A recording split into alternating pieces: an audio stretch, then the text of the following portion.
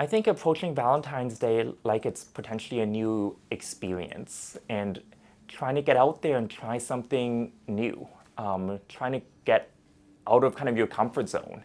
And I think, especially if you're anxious of being judged or afraid of what might happen, remembering that like the person you meet, if you don't connect with them, you don't have to see them ever again. I definitely think loneliness is a huge problem and it's a growing problem in our society.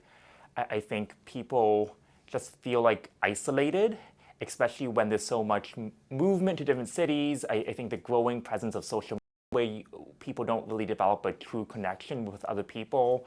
And then I just think changing in circumstances with kind of less attachment to family, to kind of communities where people grew up in. We're seeing the age groups that are most vulnerable are, on one hand, the adolescents and young adults, and then on the other hand, the older adults. And I think the adolescents and younger adults, because it's a period of kind of transformation and it's still a developmental phase for them.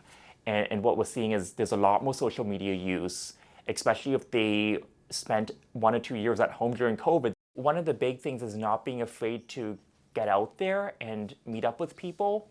I think looking for community events that might be like you find something at a local coffee shop or pub or community center and you see events, community events, just not being afraid to go out there and try something new.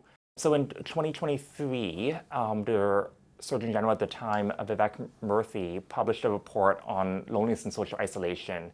And one of the things he highlighted in that report was that being lonely and being isolated can have a premature mortality risk equivalent to smoking 15 cigarettes a day.